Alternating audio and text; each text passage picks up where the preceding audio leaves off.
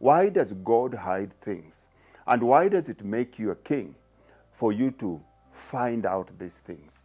To answer that question, I'll give you a very simple analogy.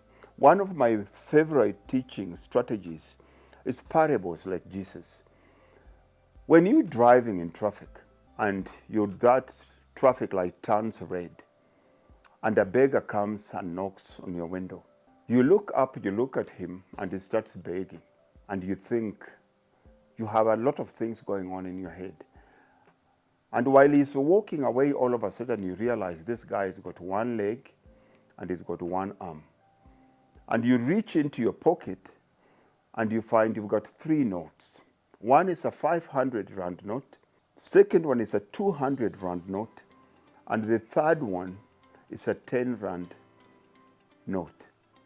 Which one do you comfortably take and give it to this person? In most cases, we'd always take the note of the lowest denominator. We'd always take the 10 rand and give it to this person.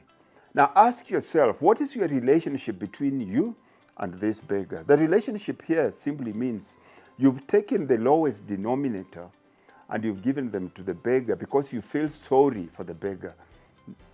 Now, that brings us to the power of relationships and value. Any relationship that you have less value in, you'll always give the least of what you have. You'll never give your maximum in a relationship that has no value. Now, as black people, we must understand that the world will only reward value. Money is a byproduct of value. What kind of value are we bringing in this world? Yes, the past was tough, where we've been dehumanized, we've been subjugated to things that are imaginable.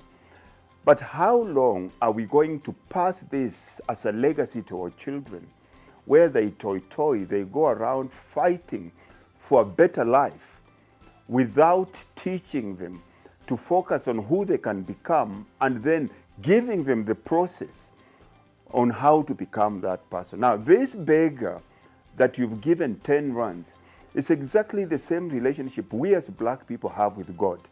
Because you'll find most of us use prayer as a language of begging God for a better life. We constantly, there is nobody that is good at begging, nobody that is good at praying. There is nobody that goes more on their knees to beg God for a better life than a black person.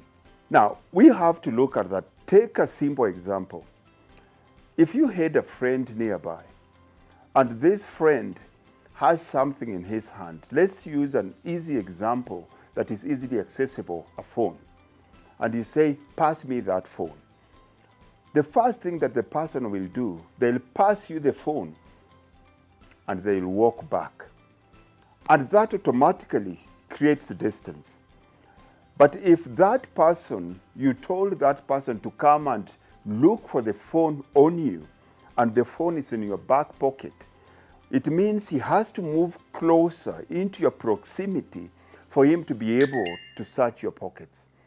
And that's where this verse, Proverbs 25 verse 2, clearly says that God, the glory of God is to hide, and the honor of kings is to find out, which means God insists on hiding the most important things in our lives because he wants us to form and create a relationship with him.